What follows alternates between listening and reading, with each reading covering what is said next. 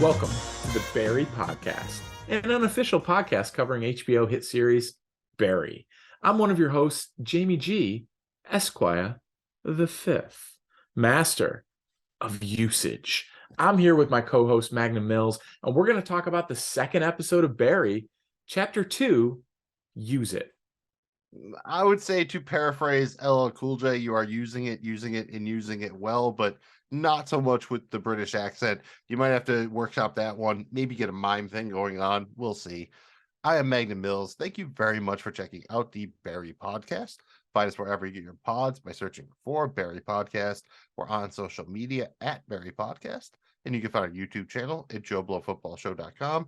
If you could, please take like 8 seconds to comment, rate, follow, like, subscribe. Just do one of those things. Literally takes you exactly 8 seconds. We've timed it out. Helps us out a lot. Helps people find the show. We greatly appreciate it. Thank you very much. Here's the deal, folks. When we're covering the new episodes of Barry, we'll be a full-on spoiler show. Any episode of Barry is game for discussion. However, we're going to do things a little differently with these rewatch episodes. We will not be spoiling any future events of or episodes of Barry during our discussion of Use It. This is, again, the second episode ever, Chapter 2, Use It. At the end of our discussion, we will have a little spoiler section where we can discuss whatever the hell we want. We'll give you a heads up when we get to that point. Now let's talk about this episode of Barry.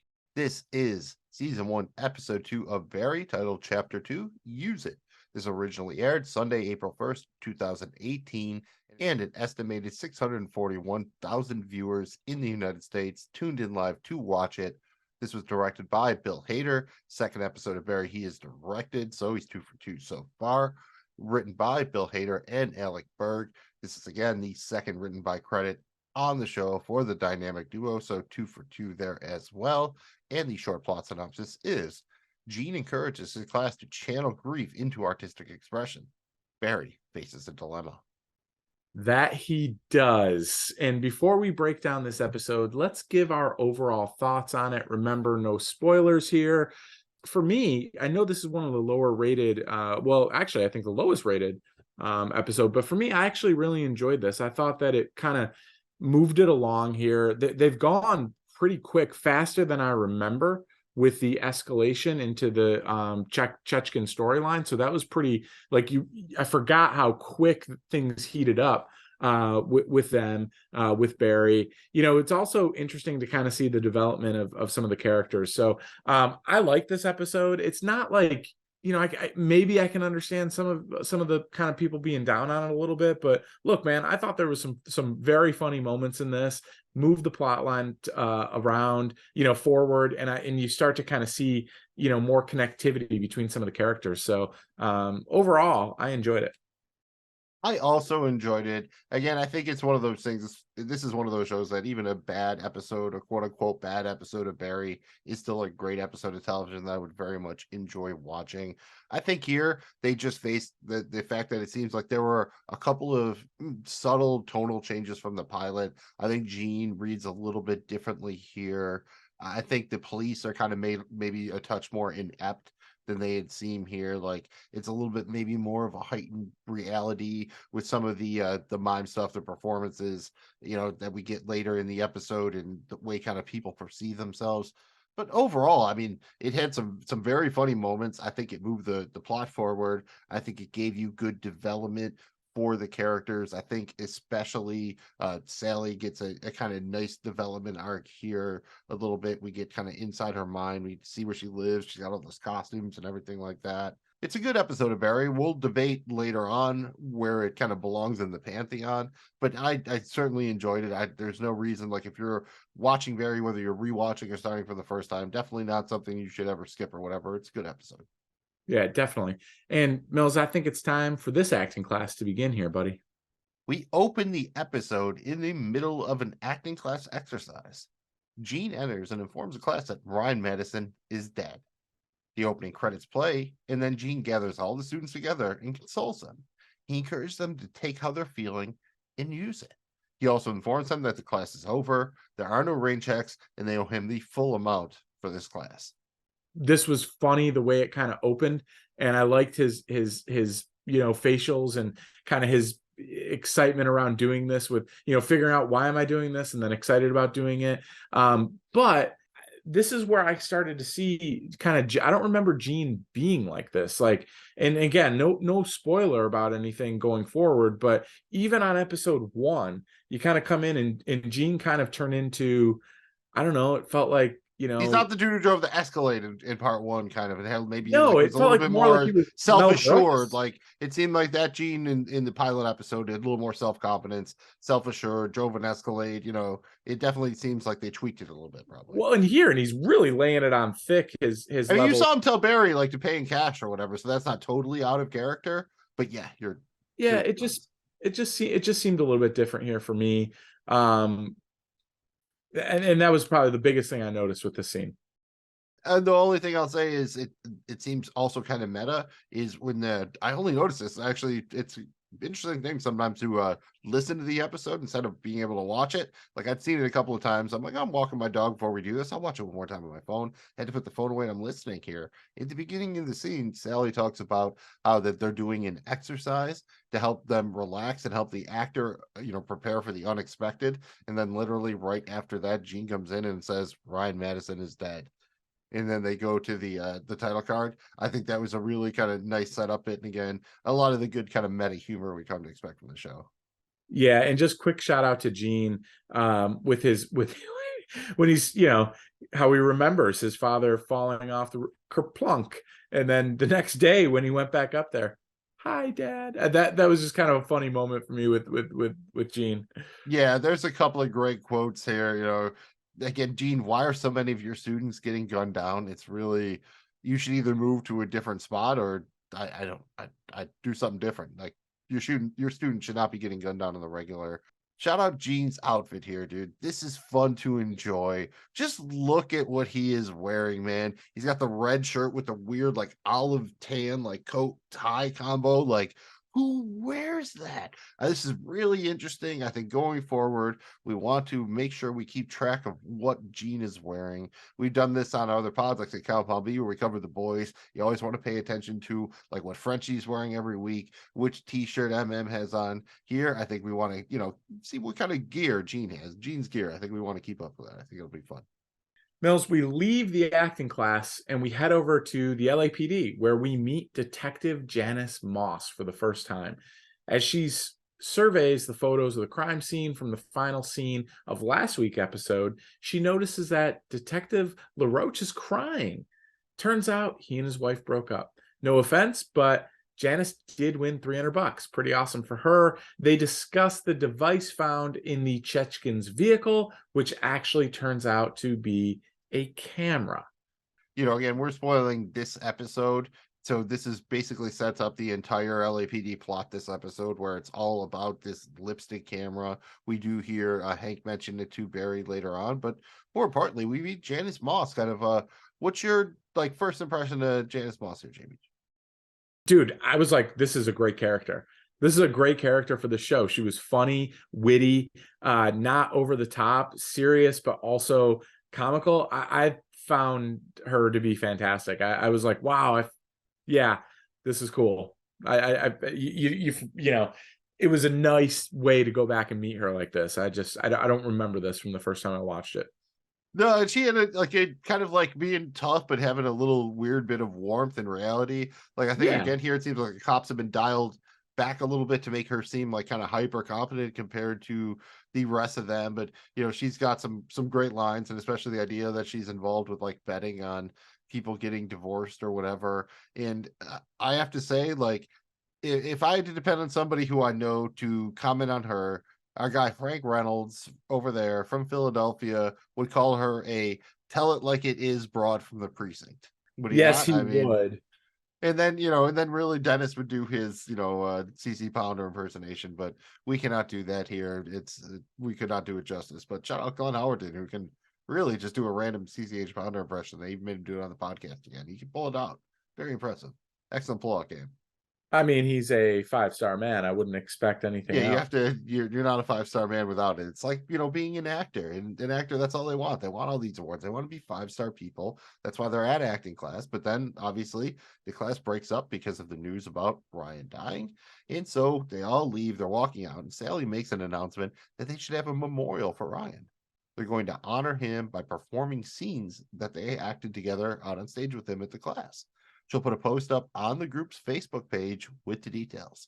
As the class walks away, Barry gets a text from Fuchs about the Chechens. I mean, again, like I called it out a little bit when we talked about episode 1. It does feel like Bill Hader is a little. Maybe it's just he's trying to poke fun at his own kind of he's an actor or whatever. But the idea that all of these actors are taking this guy's death and making it all about them seems to be like the show feels very aware that they're doing it, and it's definitely a I don't know if it's all kind of in good fun or whatever, but it definitely feels a little bit of a shot at these people. They just heard their friend is dead, and instantly they're trying to like, all right, let's perform about it. Or maybe that's just how they deal with it. I don't know. Am I being too mean? Yeah, well, I mean, I don't know, man. Would a band member go out on stage and play a show for a fallen band member? No, they would get drunk and do a lot of cocaine, probably. I Well, they mean, would do, that's what they well, they would do. do that Well, I in mean, so and these or people actors would probably do that too. They're just not high yes. enough. This is not that kind of acting class. No, it is not. You gotta love obviously my favorite part of this was the fact that we learned Barry doesn't have a Facebook. What's he gonna do? But then B, See, you knew what Facebook was. I like that. They didn't make him so dumb that he didn't know right. what Facebook was. He knew he just doesn't have one. And why would he? I mean, why would a hitman Fuchs have probably a told him not Facebook? to be 100%. Like Fuchs was like, no, Barry, you don't need Yeah, you're Facebook. not allowed to have social media. He doesn't get on the social medias like we do here Barry podcast. at Barry Podcast, and all of our things. But Mills, obviously, the highlight for me was the text from Fuchs. It was hilarious. I enjoyed the text very much. What, you looking to get clubed, dude? Everyone's looking to get clubed. Yes, you get a clue. No, that's actually pretty awesome because like that's if you've ever played the very famous video game for N64 GoldenEye, one of the weapons you get are clobs, which is almost clube. So in my head, I'm saying someone on the production design team or whatever, they played GoldenEye and that was a direct call out. And also, like if you're alive, come to my hotel. Pretty much sounds like all the game I ever kicked like back in college when I was trying to get laid on vacation somewhere. If you're alive, come to my hotel. Magnum The Mills. criteria is the bar is not that high. No, it's not. College, it's in Mexico, dude. Your contact list must have been impressive. We go back to the LAPD. The tech support guys are trying to download the footage from the lipstick camera. They need an adapter, so they've gotten sucked into watching Russian YouTube videos. I mean, we've all been down that rabbit hole. Janice comes in and tells them to go buy an adapter. She also reminds them that they each owe her $50 because Loach's wife left him. And at that moment, Loach walks in and quickly begins sobbing. This is probably a part where I can get like maybe a little bit of the criticism of the episode because this is just meant to be funny, but to me it was hysterical. So I am in no way mad about it, especially considering the entire episode runs like 22 minutes. If you pull out like the previously on and the end credits, like it's already pretty tight. So I enjoyed this part of it very much so. And also, I feel their pain, man. Like we need to order an adapter. You know how many times like and then you order one and you think like, it's the wrong one. Like you get an iPhone cord that just got like 2 ends for the iPhone. I'm like, so what is this to plug into like 2 iPhones? Like why did they even make this cord? Can you even plug 2 iPhones in together? I don't even know. So I feel his pain, dude. I feel his pain very much so. Yeah, and look, once you start stumbling on some weird stuff on YouTube, I mean, you can burn an hour like nothing. I mean, you just kind of get deeper and deeper into it, especially now they're into some, the video. I don't know if that video is actually out there. I'm assuming it is, but the video they were watching was pretty wild. The translation was pretty wild. And yeah, that was fun. Yeah, that was a good and they did when they're watching it, the Woodtack guy too says, I've never seen someone be happy and angry at the same time. I think again, Simpsons did it already. Let's go on. I'm like 99.9% positive at one point Ralph Wiggum said, I'm happy and angry. Like I guarantee you that was a Ralph Wiggumism, but in real life happens all the time, dude. Tom Brady, Have you ever seen that dude who's like be happy without also looking angry? Never, ever, right? Tom Brady, always happy and angry at best. Two solid comparisons there for sure. You gotta love too. I just love again a little bit with Janice Moss here. You know, she walks in and she immediately tells these guys that they owe her $50 on the Loach thing, meaning she won 300. All right, so that's only 100. She's got multiple actions here going with multiple players, so I like that. But what's funny is as soon as Loach comes in, and he almost interrupts it, she's like, "No, more importantly, how are you?" The sincereness comes out, and it's just so great to see that development with Moss. You realize like, oh, this is going to be a great character. Yeah, I'm assuming because she's collecting, she was also the one who ran the pool. So make of that what you will. She's also the one who probably set the the betting line at 1 year. So and shout out Janice, who is raking in the dough. Barry has to answer the text, so he goes to Fuchs at his hotel, and Fuchs is very happy to see him, gives him a big bear hug, and they go inside Fuchs's hotel room and they start trying to come up with a plan. Barry thinks that Fuchs should get out of town, but Fuchs wants to take revenge on the Chechens. Barry talks him out of that, but Fuchs says, all right, then let's both leave. Barry doesn't want that to happen, so he gets Fuchs to leave by promising that he'll come back to Cleveland after he faces the music here and things will be just like they were before. Yeah, I mean, this is definitely an acting class by Stephen Root and Hader here. I think the weird part is like, I couldn't figure out like, are they really scared? Or are they just both acting for each other? Like, is Fuchs genuinely scared? Like, you see the empty bottle of vodka in the background, which suggests to me that he is actually scared. But Barry is, again, he just wants to act. So he just sees this as an excuse to get Fuchs out of town, right? Yeah, I mean this solves all Barry's problems, right? I mean he can get. Well, he'll Fuchs still out have to there deal with the Chechen, but he's willing to do that if it gets like it almost seems like Fuchs are a bigger getting Fuchs out of the way is more important to him than because dealing then he with can the be done. Chechens. Then he can retire and he can, he's quitting his job. That's Yeah, how we see you can't really just walk away from, no. they pull you back in. But I do think that this little funny back and forth is great. And at one point, even Barry even pulls out something crazy where he says he talked to Bizarre, and if you leave town, sweep this whole thing under the rug. And then Fuchs like thinks about it. He's like, really? No, I don't know why I even said that. It was just a kind of a funny moment that I liked during this exchange. I mean, look, these two That just it felt to me are like great. Barry just lied for the first time in his life, and he just like learned how to. What is that Ricky Gervais movie where it's like the only dude in the world who like learned you can lie, and he's just like, wait, I can like not tell Fuchs the truth. That's an option. Yeah, exactly. There were so many good lines in that. I mean, just the whole idea that Fuchs based the entire thing about this video game he'd been playing. So I'm just assuming basically Fuchs has been playing Call of Duty all day, and he just picturing like, all right, Barry, I'm going to be the guy who's playing the video game. You're going to be the guy in the video game, killing all the guys while I press the controls. We got this, right, man? Yeah, look, you could see the empty pizza box, the empty bottle of vodka. He's literally been sitting there. It's even the game is paused. I mean, when you look at the TV, so yes, he's been sitting there playing PlayStation and drinking and eating pizza all day, running through the scenarios. And I got to tell you, Mills, God, we can take him. That was just again Steve Root, just that absolute I feel just peak performance right there. Not seeing that there's a lot to it. They probably could have done this with a lot less dialogue or something like this, but I enjoyed the living shit out of it.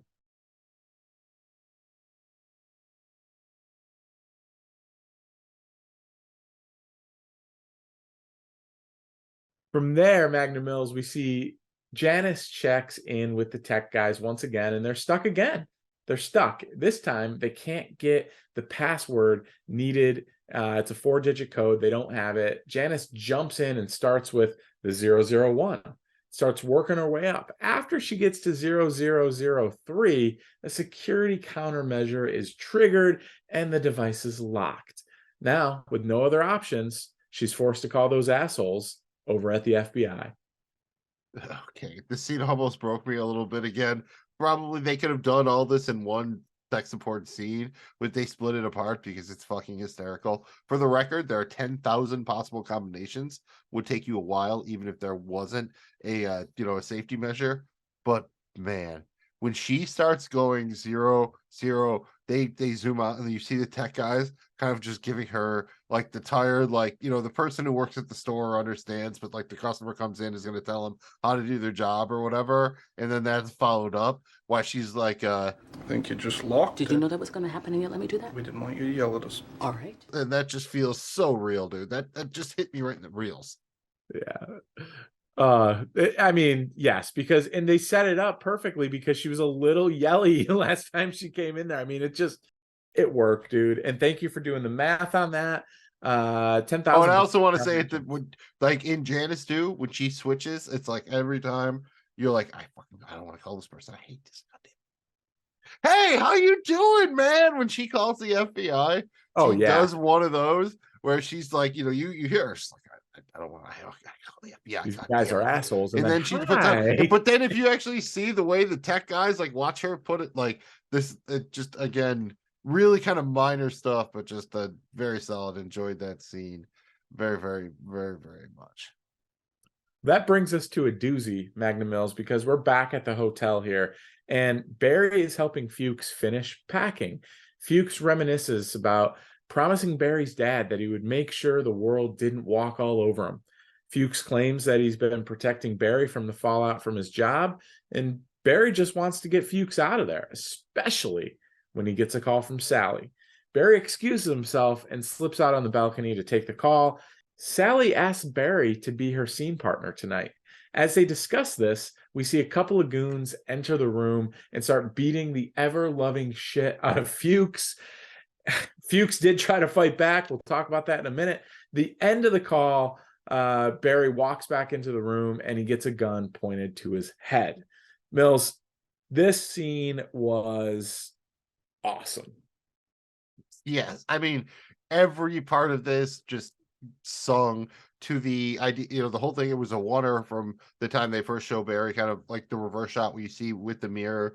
Everything, as far as I can tell, was done cleanly in one take. They might have been able to hide it because we do get a couple of cuts to Sally, but they add a lot to Sally's character. Just being able to see all the different stuff she has to find the like there's a weird clown wig, and like you just get the idea of like how many scenes she's done or whatever, and that pays off later when she tells Barry like, oh, I'm gonna sleep with you. I know this because I've already done it like a million times. Like it just I think gives you some kind of weird insight into the character, and then just the physical acting and comedy of Stephen Root and all the things that he does and everything, trying to like the first thing he does when the dude comes in, he throws a pillow at him. He just throws And then it's not a bad puts idea. I mean, No. at least it kind of like interferes with their vision or whatever. I'm not saying that was the wrong move, but just the way he kind of does it, and then the way you have to watch the scene like 3 times. You have to watch it once watching Barry, once watching the action behind Barry, and then watch it a third time where you see everything kind of like, you know, you can see it all together now. You almost have to watch that scene 3 times, I feel.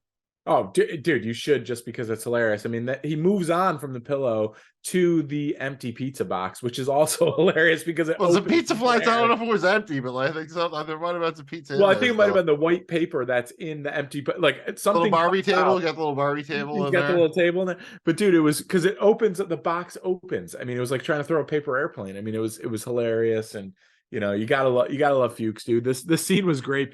And shout out to the Chechkin muscle, because they really sell the shit out of this too, man. I mean, at one point they're doing everything except dropping the Brock's people elbow on Fuchs. I mean, they're literally stomping a mud hole and washing it dry. I mean, they're really kicking the shit out of him here. Great stunt work, great directing, everything like that. I think that was pretty amazing.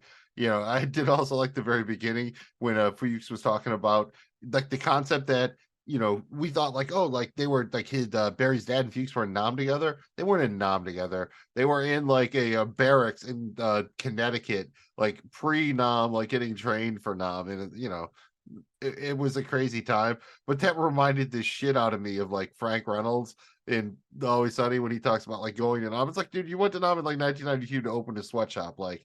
You know, and that's why like Barry's like during Nam. During like, Nam, when yeah. Fuchs says in Nam, like during Nam. Yeah, and just shout out Barry just immediately getting off the phone and asking Siri what off book is, and then And this whole scene's just this is very funny, dude. The goon's like, as soon as he walks in and says it, freeze cowboy, and then Siri showing 2 results for off book freeze cowboy. Just great writing here. Yeah, and I mean, honestly, sometimes that stuff hits home. Like when Sally said, "It will be weird doing it without him," but I felt like my performance was self-contained.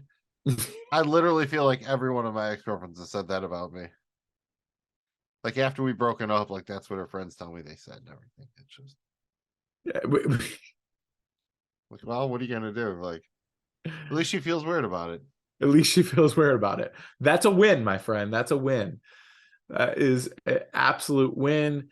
Mills, anything else before we get on to the next scene? I mean, this was a good one. Yeah, just all the stuff Fuchs does after the couch. Like he throws a box of Kleenex at one point, a literal box of Kleenex, and then he gets a vodka bottle and he tries to like do the thing, like the little thing where you break it and you fight with it, like Roadhouse style or whatever. And he breaks it and he just cuts his hand, and that's when the dude's cracking and everything like that. It's just very fantastic. And I did actually ask Siri to Google the off book freeze cowboy, and basically she just sent me it was 3 results, not 2, but it's been a few years, so but she directed me to his Fresh Start Cowboy, which is a gay cowboy romance novel. Ooh, Magnum Mills. It's entirely possible though that back then there were only the 2 results, so they might have actually asked Siri. I can't tell you for sure or not. Barry and Fuchs are then transported back to the Chechkin house and tied to chairs in the garage.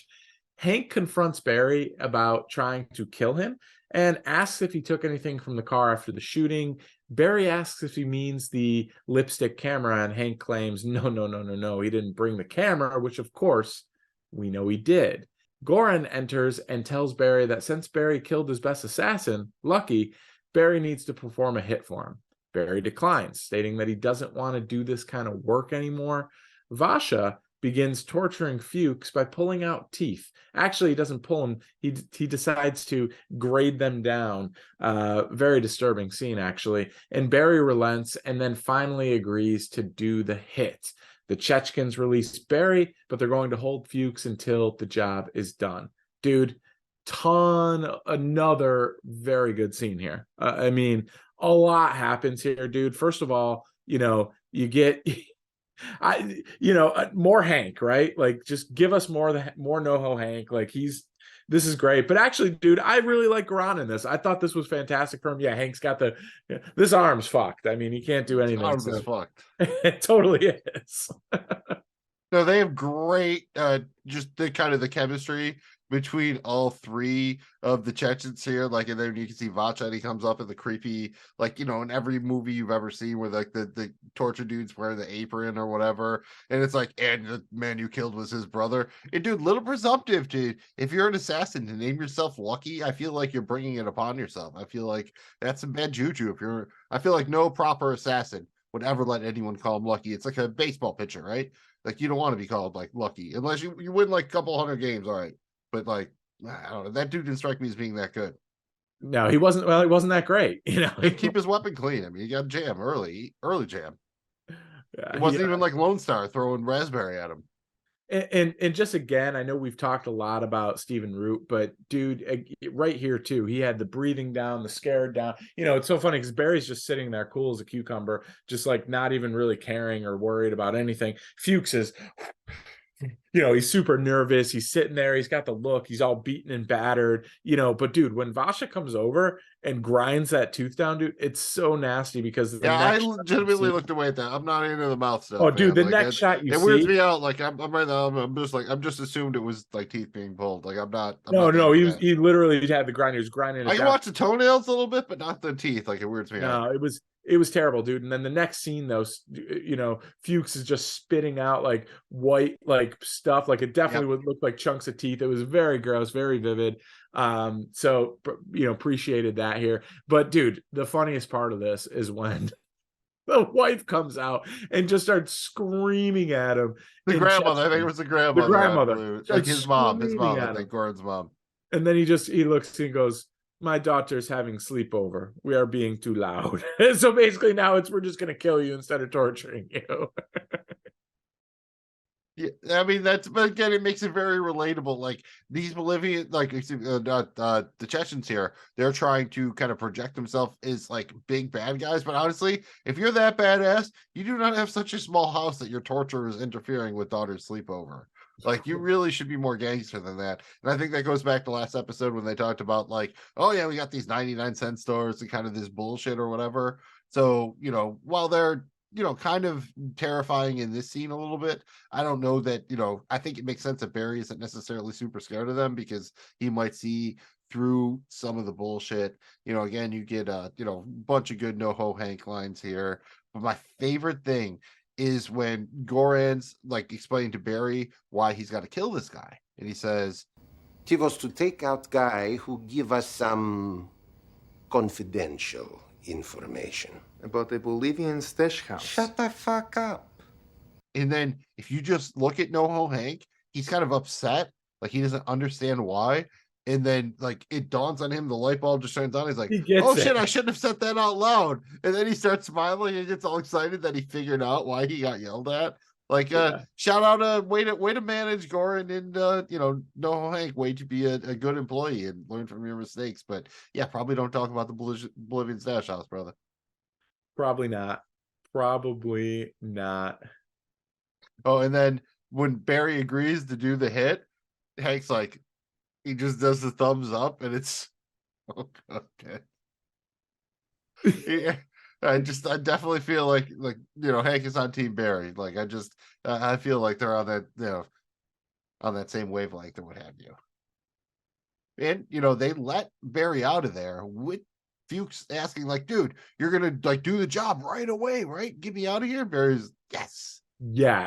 Well, it was the same type of yes from when he was lying earlier. It's the little lie continues because Barry is not really going to do the yes thing. He is going to just go right back to Sally and get ready to rehearse their scene. Barry's dressed up like a priest. Sally's dressed up like a nun. They're rehearsing before their scene happens.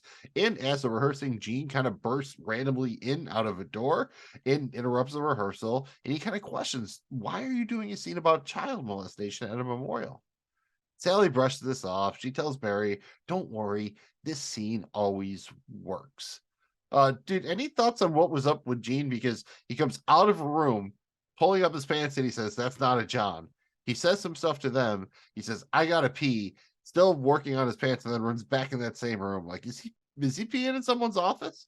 Was it marked pirate? I don't know. This was one of the more bizarre things of this episode that just didn't really I didn't really grasp what I thought I missed something with this, honestly, when I was watching this. I'm like, did I miss like something earlier? And this is like an indie window which would let me like understand this, or like what? I no clue what was going on with Gene here. None.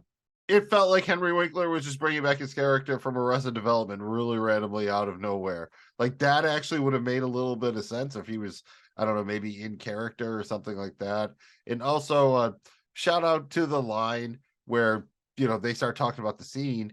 See, I think I misunderstood you on the phone. I thought this was like supposed to be funny. A man molesting children? Yeah, like how Family Guy is funny. Yeah, Barry. I mean, I guess if you want to make fun of molesting children, that is how Family Guy is funny. And I'm saying that as a guy who definitely enjoyed a lot of the earlier seasons of Family Guy. And I think one of the more relevant lines here that we get is Sally when she's trying to kind of, get Barry into the scene. She's like, oh, you don't have to know how to be a molester or whatever. You just need to know what it's like to hurt somebody. Barry does know that. Yeah, you gotta use it. Shout out Sally. You look good. Like you pulled off the nun and glasses thing. I gotta say, pulled it off. She really did, and she really, really, really did. Yes, man. Oh, I don't even know.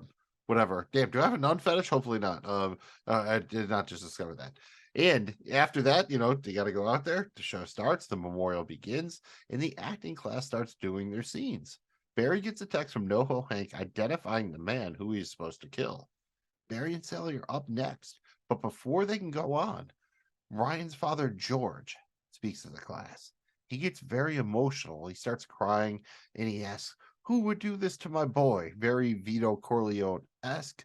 It seems to be too much for Barry. He goes outside. He starts taking his costume off. Sally follows him out there, and Barry explains that he's never seen something like that before. Sally tells him that it's okay to feel that emotion and that he needs to use it as a tool for his acting. They go back into the bar, and the class greets Barry warmly when he walks in. The class then toasts to a picture of Ryan as it's hung up on the wall, and then they immediately begin discussing all of their various notes on each other's scenes. Yeah, and look, man, this is, of course they did, but this was an interesting Barry development because you got the feeling Barry has done these jobs. He's never interacted, spoken to, witnessed, seen any family member of anything he's ever done. And in his mind, I think he's truly compartmentalized the fact that, oh, I'm taking out bad guys. Yeah, the idea like you go from Cleveland to Rochester or whatever. The fact that was like you never mentioned, have to. so he probably didn't do local hits like Fuchs did. I guess He to never that shit where he extent, ate. like yeah, well, and you could argue Fuchs that was just good scheduling, anyways, from a just a not getting caught standpoint. But yeah, it did help him that he never had to face the consequences of his actions. Right, never had to see any of the slip ups. So I thought this was cool, and how he reacts to it is telling, right? And it's like creates this further complicated character that we so far we really like. So I thought that was a cool little nugget that they threw in. I totally forgot that Ryan's dad comes to this. I totally forgot that when I was like, whoa, I did not remember that at all. Yeah, that definitely kind of changed the tone, and then you get why they don't do the scene because it's kind of. I actually like that choice by the show that they spent all this time building up to that scene, and then they never actually do it. It never happens. No spoilers. I just like that choice. And overall, any thoughts on like the acting classes? Just renditions of whatever they did. I'm not going to try to break it all down. Oh, and then Natalie, I love you, Natalie. But these days, if you start a speech with Webster's dictionary defines, I'm out. I'm pretty sure you are legally, if not obligated, at least allowed to walk out of a speech at that point. Like that's lazy writing. Yeah. Dude, I don't know what one of the things were, but it reminded me of like Poet and like the first couple of seasons of Oz, or like some Def Poetry Oh, stuff. the Def Jam, the Def Yeah, like Poetry. that was cool. But now he's I not like cop number using them all. 2, like because he went like you see the people in the back of the like jump, he's like, get on the ground, motherfucker, whatever. Like that was great. I love cop number 2. That's why. Yeah, cop number 2 was good. Oh, Gene hated the mime. That was also Gene good. hated the mime. He looked The so mime. annoyed. He's like, this is not acting. I didn't mind the mime because He synced it up with the sound effects. I mean, the I sound think effect really I'm not a made mime that guy, but it was all right. Yeah. No, dude, that added a whole new level to that. So I thought that was pretty good. I will say I liked when like they were getting like when Sally and Barry were first getting ready, and Sally's trying to ask him like, "All right, Barry, where you at?" She means like as an actor, and Barry's like, "Oh, I'm in a bar with you." Just for like a hot minute, she gets the same face that like Joe Bluth would get in Arrested Development. It's like, I made a huge mistake. Sally, like you just see in her eyes, she's like, "Oh fuck! Like, did I really misread this whole thing? This dude's just an idiot." Like she does realize it for a minute, and then they never have to do the scene. So she again, it's like Barry getting kind of lucky a little bit, right? Like he's not really an actor, or even like accidentally an actor, other than telling Gene that he's a hitman. Right. Like all he did was actually tell Gene the truth. Like, but how long Right. can you get away from that for? Yeah, and I will say one quick thing on this about the performances. Shout out to the guy, I can't recall the actor's name. He's also in We Own This City, but he's playing the old man, and he's like, smoking, I've could have quit 3 times, but why would I've quit. Like I've already quit. Smoking's easy. I've already quit like 100 times or whatever. Yeah, that was hilarious. I feel like that's a play on an old commercial or something. Like that's definitely a scene from something. Is that scene from Thank You for Smoking? Maybe that might be seen from Thank You from Smoking. Thank you for smoking. We're at a point where Sally is going to thank Barry here because Barry drives Sally home, and they kind of talk about their feelings and not getting to do their scene. Sally assumes that they're going to sleep together, but Barry just really wanted to walk her to her door. He heads back to his car, and we see that one of the Chechkins, which I think is Vashka, has been following Barry, and he takes some pictures of Sally. Dude, maybe my favorite part of the episode is when Barry like says like, oh, when Sally's talking about sleeping together, Barry's like, oh no, that's not what I was thinking at all. And they just show Sally's face and she gets like this, you can't tell if she's like mad at him or disgusted with herself. And then the next line, it like she gives him a minute, she thinks about it, she's like, well, cool. Do you want to come in and talk about why we shouldn't do it? Like it's just such a weird, especially because she said like this has happened all the time. It just feels like no one has ever said no here before to her, and she's like, Yeah. brain Well, does not compute. Like, what do I do? And I get it, very attractive lady and everything, but yeah, she was very taken back by the fact that he wasn't thinking about it. and I couldn't tell if she was like disgusted with herself or with him. Like, Or I think just utterly shocked. Like, really? Like, wait, that's not possible. Everyone's thinking. and Hader plays it super straight. Like, it's like it never even occurred to him, like to try to sleep with her. Like, it never even crossed his mind. Is the way I read it, the way he plays it. Yeah, this was cool. No real surprise to anything with with the Chechkin following, and as we mentioned, I'm pretty sure that was Vasha that was following. Same guy that was filing down the tooth. And look, he's got something into this because I think Lucky was his cousin. So his brother. So he's got skin in the game. He's got skin in the game. Yeah, dude. Good final scene here. I'll tell you, it looks like Sally's got a nice little house that she stays in, dude. I like it from the outside, and a nice little walkway there. So, Barry was the ultimate gentleman. And Mills, that about does it for this episode discussion. And before we hand out our awards, we got to take a look at what other people thought here. And we looked over on IMDb. This episode titled Use It. It has a rating of just 7.6. So that literally makes it the lowest rated episode of Barry over the 24 episodes that have been released so far. Mills, what do you think, man? Is this really the worst episode of Barry?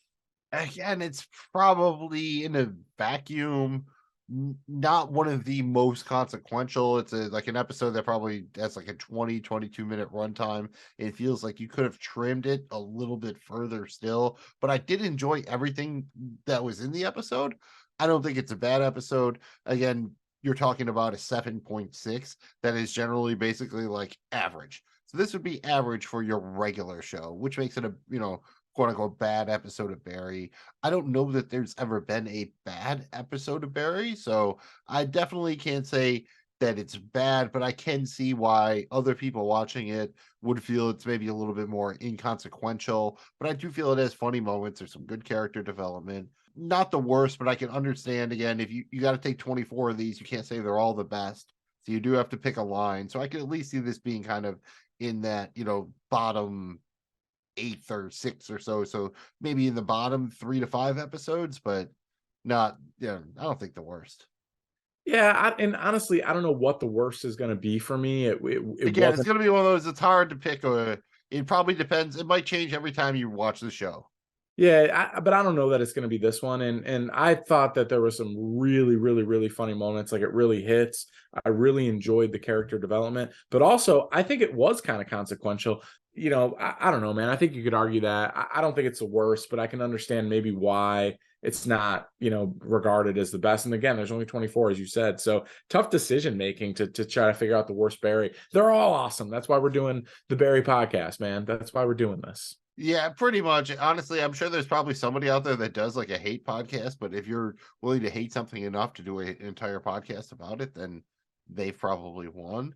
Let's move on here to a little thing we like to do is honestly just because I've heard him say it a few times himself, Bill Hader, he's admitted that they really don't spend a lot of time on the episode titles. They kind of just come up with them on the fly or whatever. Don't put a lot of thought into it. So Jamie G, can you come up with a better episode title than Use It? Yeah, one of the ones that I really liked was Paint in the Toolbox. I thought that was kind of cool, and it comes up twice. So I'll go with that one. It's funny. I was going to maybe go with that, but I was thinking of something from the Russian video. I think that would be fun. My first thought was brought to you by Wolf Attacking a Horse.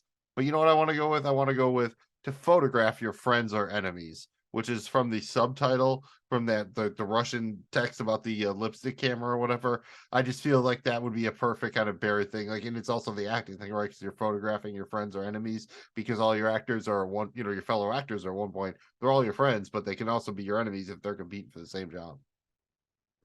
Makes sense for me, man. Pretty awesome. Let us know your alternative title. Hit us up. Let us know what you're thinking. And it's time to show everybody how we really feel about Use It by handing out our awards here, man. Let's start by each choosing our favorite quote or dialogue exchange from this episode.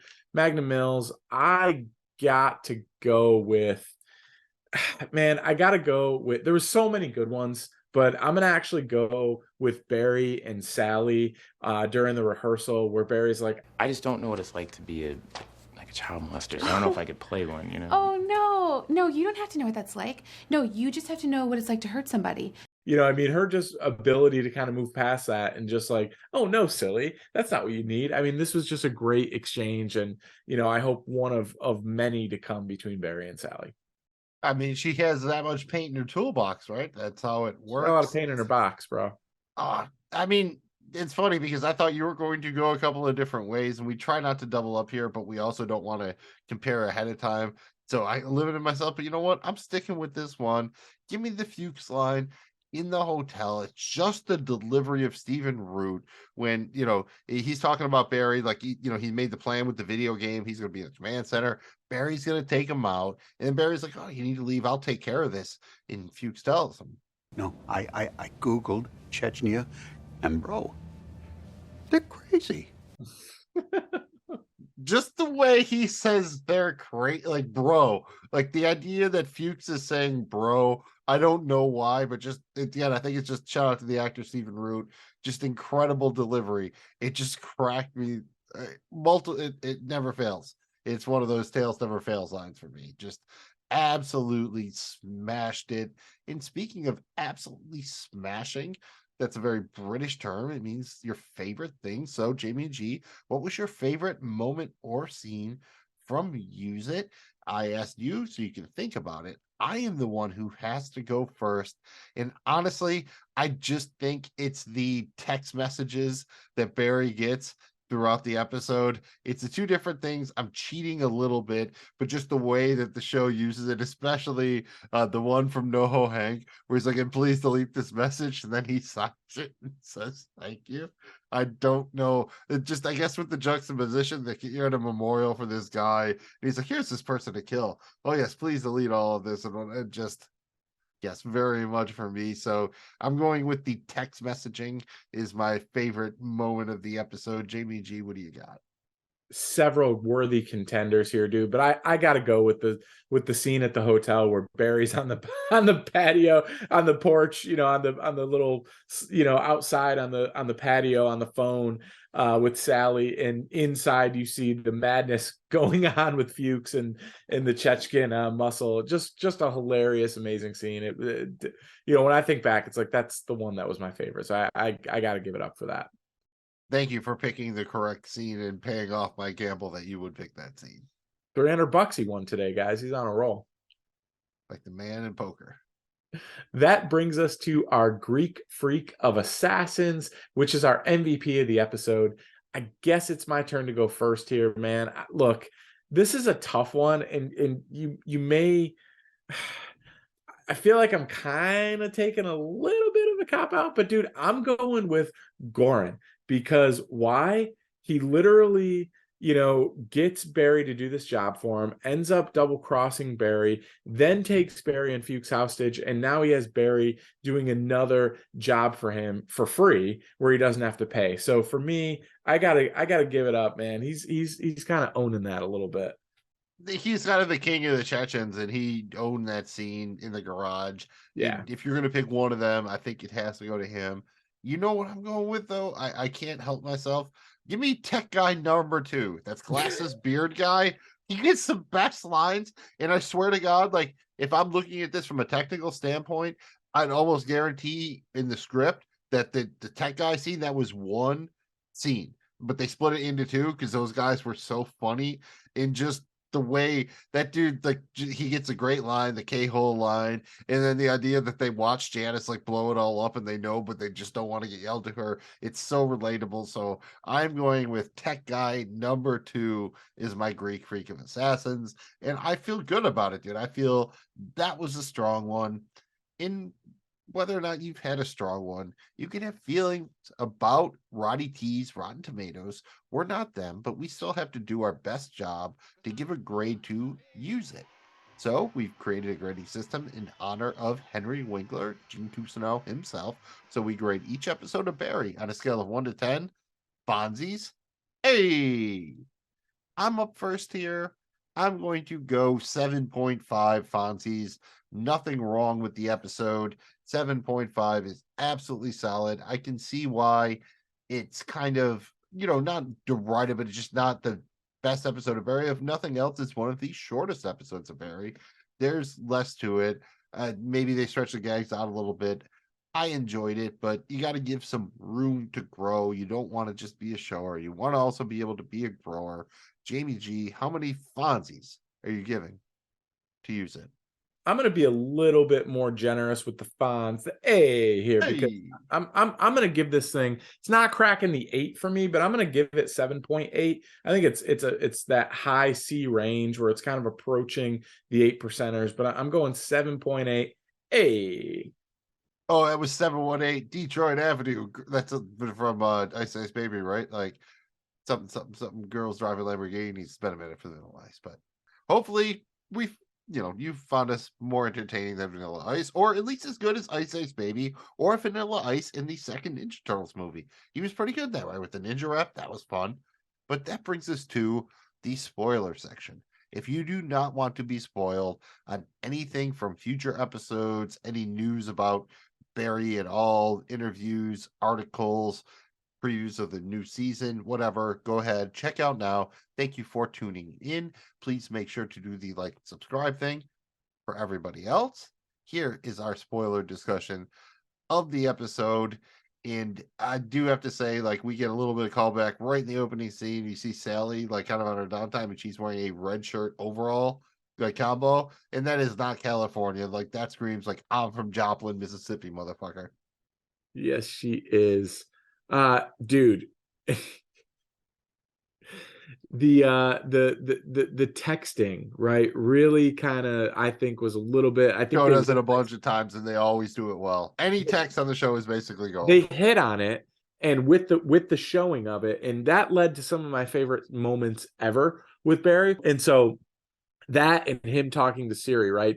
I think they realize, hey, we've got something here, and they use it. It's like, with the voice texting, even like the texting on top of the texting. Yes. That plays into like the whole idea with the tech adapters in this season, but then it's like Bluetooth later on, where there's all these like definitely people in the writers' room, and I'm pretty sure Hader's the credited writer on both those episodes, where someone really does not like setting up technology. We also get the nice setup here with Fuchs being the guy who like is really into revenge. Eventually we'll see him with his Revenge Panthers and everything like that. So I think it's a nice setup early on that Fuchs is like that guy. Like he really wants that revenge. Yes, he does. I will say that, one of the more interesting things here is what happens with the Wink, man. What happens with Mean Gene? Like his character really changes a lot. We did point out that his outfits and his dressing does not change that much, but his art a little sloppier. Really, I feel a little bit like cheaper. Like his suit, like I feel in the first, I'd have to go back and rewatch the pilot and explicitly look.